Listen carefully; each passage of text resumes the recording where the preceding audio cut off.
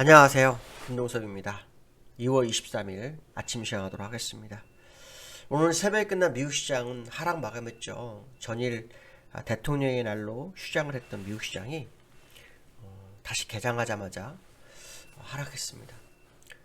미국 시장의 흐름은요, 장 초반에는 상승했어요. 뭐 실적 영향이 좀 있었는데 상승해서 움직임을 보이다가 우크라이나 스타가 이제 시장에 영향을 미치면서 주가를 밀어냈고요. 우리나라 시간으로 정확하게 제가 이제 봤었는데 4시쯤 됐었나요? 그때 주가가 마이너스 2% 정도까지 다우고 나스닥이 다 빠졌었고요. 그 다음에 5시까지 1시간 동안 다시 주가가 반등을 줘서 거의 뭐 약보합까지 올라왔던 걸로 제가 기억합니다. 0.5% 정도까지, 마이너스 0.5% 정도까지 올라왔어요. 그 시간에 우리나라 미니 선물을 하죠. 그때까지 미니 선물을 해요. 그래서 미니 선물은 플러스가 났죠. 그러고 난 다음에 다시 하락을 해서 다우는 1.4% 정도, 나스닥 1.2% 정도 하락 마감을 했습니다. 굉장히 변동성이 컸던 상황이었죠. 어저께 우리나라 시장이었을 때 미니 선물이 마이너스 2.2%였는데 거의 뭐 보합 근처까지 끌어올리다가 다시 1%대로 하락해서 마감을 했는데요. 시장에서 이제 보는 거는 이제 우크라이나 문제를 좀 심각하게 받아들이기 시작했다라는 거죠. 얼마 전에 프랑스 대통령궁에서 러시아하고 미국이 정상회담을 할 거다, 뭐 수락했다 이런 얘기까지 나왔었는데 러시아가 바로 그런 계획 없다 이런 얘기를 하고 난 다음에요. 이 우크라이나 반군이 주장하는 도네츠크 인민공화국, 뭐 루간스크 인민공화국이라고 있습니다. 이거를 독립해야 하는 부분에 대해서 이 푸틴이 대통령령에 서명을 했다고 합니다. 이름으로 인해서 푸틴은 명분을 얻죠. 왜 명분을 얻냐면 도네츠크나 루간스크 인민공화국은 이제 반군이 주장하는 거잖아요. 그러니까 반군 입장에서 정부군과 싸워야 되니까 우리는 좀 위험하지 않냐, 우리는 도와달라, 러시아군이 들어오는 걸 반긴다 이런 식으로 명분을 만들 수가 있어요. 그래서 푸틴이 평화 유지 명목으로 러시아군 진입을 명령을 했다고 합니다.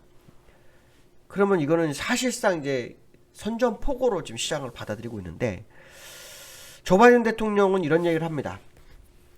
우크라이나 침공이 시작되었다라고 규정하고요. 러시아 은행, 뭐 국채, 개인에 대한 제재를 뭐 발표했고요. 유럽 연합도 역시 뭐 똑같은 어떤 제재를 발표했습니다. 독일 같은 경우에는 러시아하고 독일이 그 해저로서 있는 천연가스관이 있어요. 노르트스트림이라는 2가 있는데 이걸 승인하는 걸 절차를 중단했다 이렇게 되죠. 근데 이제 이 러시아는 제가 그 지난번에 말씀드렸지만 전 세계 그 원유의 10%를 생산을 해요. 10%를. 말이 10%지 10%가 멈춰버리면은 사실 10%만큼을 뭐 셰일가스로 채우면 되지 않아 이럴 수 있겠지만 심리적인 부분이 있죠. 유가가 계속 뛸 수가 있어요. 유가가. 이게 지금 상당한 어떤 뭐 문제가 있죠. 그러니까 어떻게 보면은 모스크바에 있는 러시아 입장에서는 뭐 유가도 띄우고 땅도 뭐 자기가 점령하고 뭐 해서 일석이조 뭐 이걸 노리고 있어 이런 생각할 수 있지만 이게 이제 문제는 뭐냐면 그들이 생각한 대로 끝나면 그런데 그렇지 않고 확전이 진행이 되면 러시아 입장에서 공격에 처할 수 있거든요. 이게 지금 굉장히 문제가 좀 되고 있는 상황이다 이렇게 보시면 되는데 문제는 뭐냐면 제가 지난번에 말씀 푸틴이 그냥 빠질 사람이 아니라 그랬잖아요. 뭔가를 한다니까요 항상. 근데 진짜 명분 쌓기 시간 끌기를 해서 결국에서는 이제 일단 그 러시아군이 들어갔단 말이에요. 그러면 영국도 어저께 뭐 파병을 더 해야 한다면 하겠다 뭐 이런 얘기가 나오는 거 보면 우크라이나 사태가 그냥 이렇게 끝날 상황이 아니다라는 생각을 해봐야 되겠죠. 그래서 그런지 어저께 장 초반에 상승으로 왔던 미국 시장이 빠졌는데요. 홈디포나 메이시스 같은 기업들 요즘 그 실적 발표가 좀 남아있다고 제가 말씀드렸잖아요. 1월 17일부터 실적 발표를 했고 약 45일 정도 발표를 합니다. 그러니까 아직 이번 주가 아직 좀 남았죠. 홈디포와 메이시스가 실적 분기 실적이 웃돌았는데도요 주가 못 갑니다. 그러니까 결국은 악재의 호재가 다 가로막힌 상황이 됐다. 이런 생각을 해보시면 될 것 같아요. 그래서 당분간은 우크라이나 사태가 문제가 될 수 있는데, 문제는 뭐냐, 이 우크라이나 사태가 사실 하락의 주 포인트는 아니에요. 주 포인트는 인플레이션이고, 인플레이션으로 인해서 금리 인상인데, 이 우크라이나 사태가 더 커지게 보이는 거죠. 왜냐하면 가까운 곳에 현재 이루어지고 있는 상황이니까. 근데 이게 이제 문제가 되는 게 뭐냐면, 제가 두 번째 서브텍스 중진료 뭐 급등 마감 뭐 이런 얘기를 했잖아요. 그러니까 그러니까 장중에 96% 갔더라고요. 마감은 아니더라고요. 장중 96% 갔는데, 이 브렌트 같은 경우는 거의 100불에 근접하는 상황이 발생하고 있어요. 그럼 이렇게 되면 유가는 인플레이션 산정에 상당한 영향을 미치잖아요.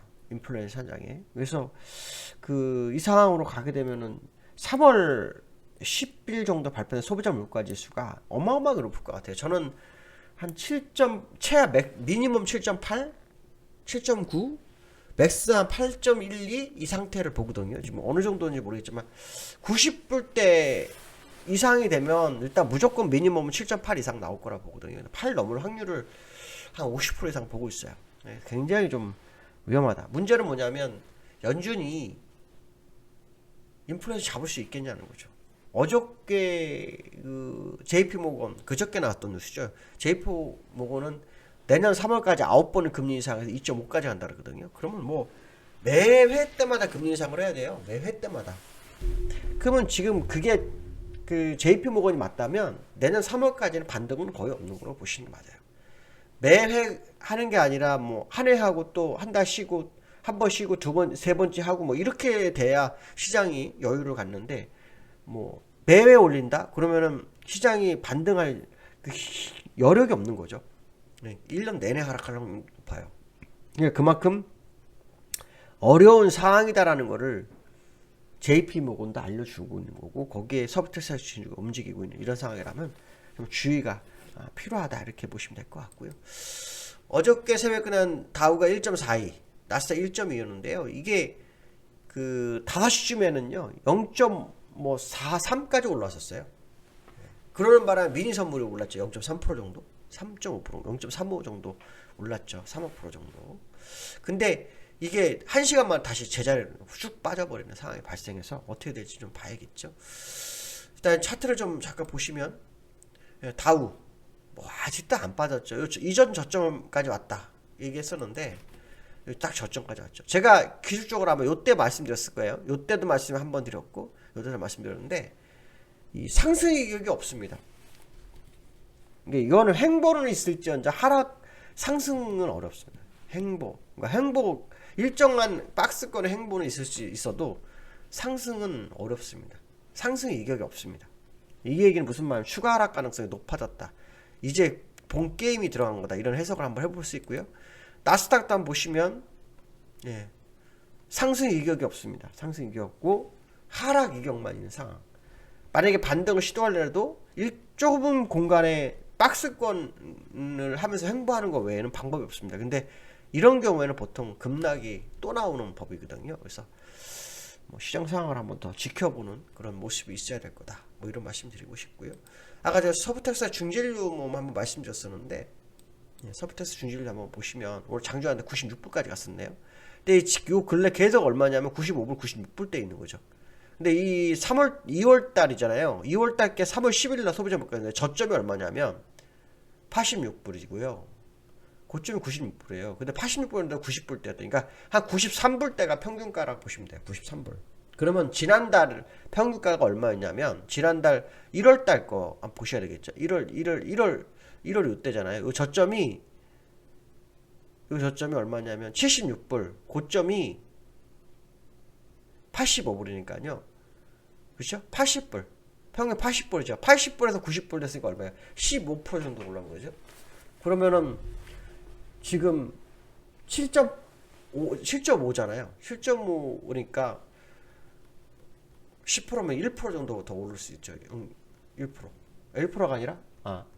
그렇죠. 1%. 8.1. 그렇죠? 7.5에 1%면 얼마입니까? 10%면은 0.75죠. 0.75. 그렇죠? 0.75. 그렇죠?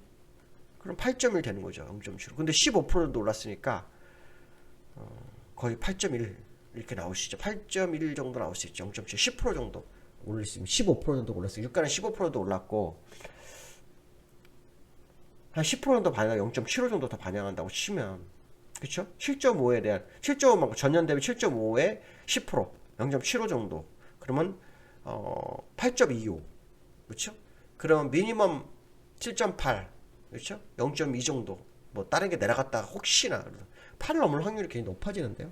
굉장히 높아지는 상황이다 이렇게 보시면 될 것 같습니다. 그래서 소비자 물가지수 굉장히 좀 주의스러운 상황이다 이렇게 보시면 될 것 같고요. 그 다음에 이제 코스피가 2,700을 지켰어요. 대단합니다. 이제 우리나라 코스피. 왜냐하면 지금 미국 차트 먼저 다시 보여드릴게요. 미국 차트는요. 이전 저점을 다 깼어요. 이전 저점을 다 왔어요. 다우도 왔고 나스닥도 이게 깨려고 하다가 지금 버렸었지만 이거 못 올라가요. 이거는 이제 이 저점에 대한 지지력이라고 했지만 기술적으로 어려워요. 여기가 이제 요 점 해서 뭐 저점에 대해서 그렇지 않아요. 이 차트는 그렇지 않다라는 거. 제가 이제 왜 말씀드리냐면 이제 코스피를 저 보시면 코스피 지금 어떻게 됐습니까? 이 전점이 여기잖아요.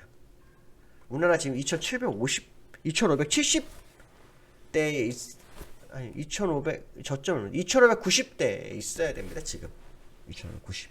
그러니까 지금 110포인트 정도 우리가 지금 높은 거예요. 110포인트. 저부터 고점부터 빠진 게 있는데 그게 아닙니다. 차트는 그 키높이를 다르게 봅니다. 다르게 보기 때문에 지금 이 상황으로 보면 이제 우리나라가 지금 엄청 잘 버티고 있는 거죠. $1 방어를 하면서 버티고 있는데요.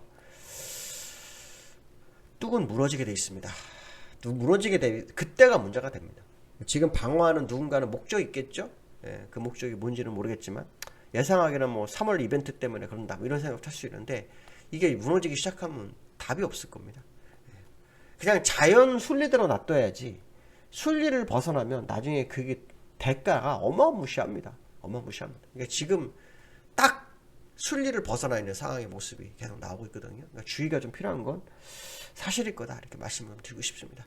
자, 오늘 여기까지 하겠습니다. 감사합니다.